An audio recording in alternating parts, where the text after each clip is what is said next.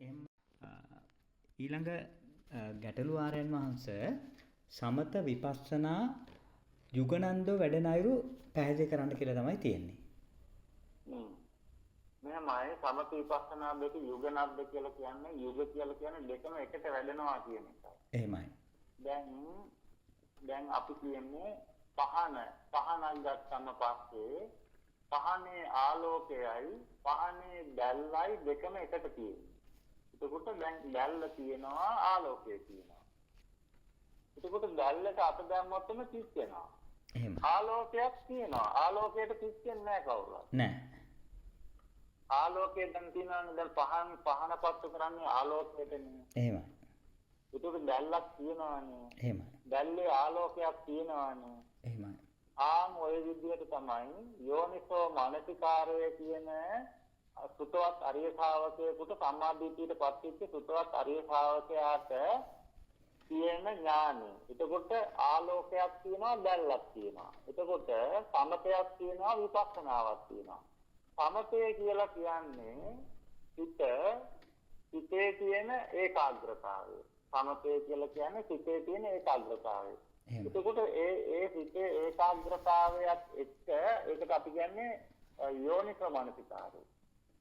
එතකොට සිතේ ඒකාග්‍රතාවය යාගේ තියෙනවා. සිත විසිරීලා නැහැ. එහෙමයි. අවධානය ඉන්නේ. සෝත අවධානය කියන එක තියෙනවා. අවධානයයි ප්‍රඥාවයි දෙක එකට යන්නේ. එහෙමයි.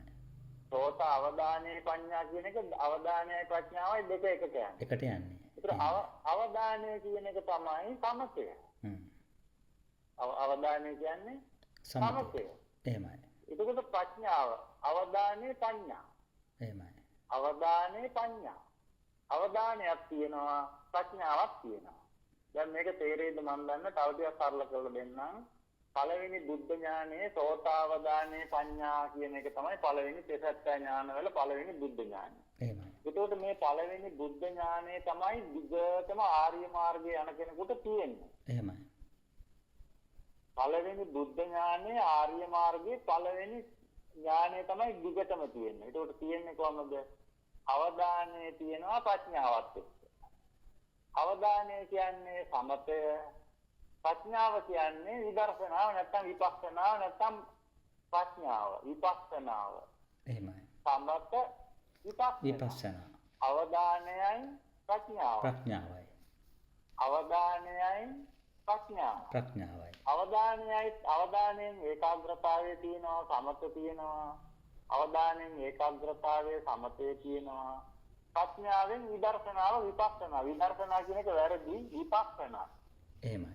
විපස්සනා කියන එකේ තේරුම තමයි එයාට දුක්ඛ ඥානයක් තියෙනවා, දුක්ඛ සමුදය ඥානයක් තියෙනවා, දුක්ඛ නිරෝධ ඥානයක් තියෙනවා, දුක්ඛ නිරෝධ ගාමිනී ප්‍රතිපදා ඥානයක් තියෙනවා. ඒකට ඒ ඥාන හතරම වැඩ කරනවා. ඒක තමයි විපස්සනා කියලා කියන්නේ. එහෙමයි. එතකොට චතුරාර්ය සත්‍ය හතරම එහා ළඟ තියෙනවා දැන් වැඩ කරනවා. එහෙමයි. දුක්ඛ ඥානයක් තියෙනවා, දුක්ඛ සමුදය ඥානයක් තියෙනවා, දුක්ඛ නිරෝධ ඥානයක් තියෙනවා, දුක්ඛ නිරෝධ ගාමිනී ප්‍රතිපදා ඥානයක් තියෙනවා. දැන් යාට ඥාන හතරම වැඩ කරනවා. එහෙමයි. ඒකට ඥාන දැන් යාට චතුරාර්ය සත්‍ය වැඩ කරනවා. එහෙමයි.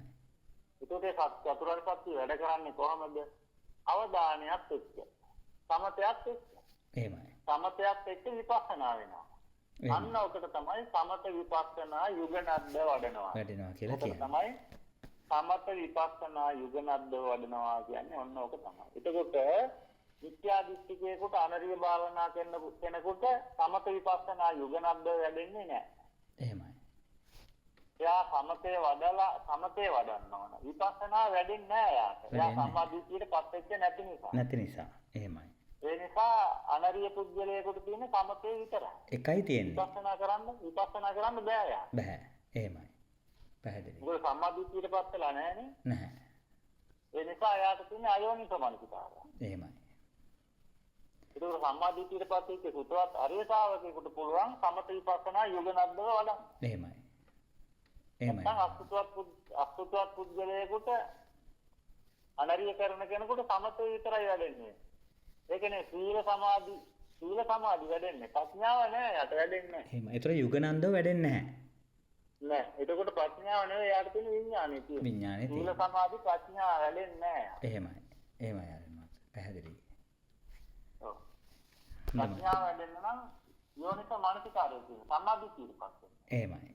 ඉතින් සම්මාදිට්ඨියටපත් වෙච්ච නැති අසුතුවක් පුතක් ගැනේකට ප්‍රඥාව නෙවෙයි තියෙන්නේ විඥානේ. විඥානේ තියෙන්නේ. එහෙමයි. විඥාපන. අඤ්ඤපන වෙන්න බෑ. අඤ්ඤපන වෙන්නේ සම්මාදිට්ඨියෙන් පස්සේ. පැහැදිලි ආරෙන්න මාස.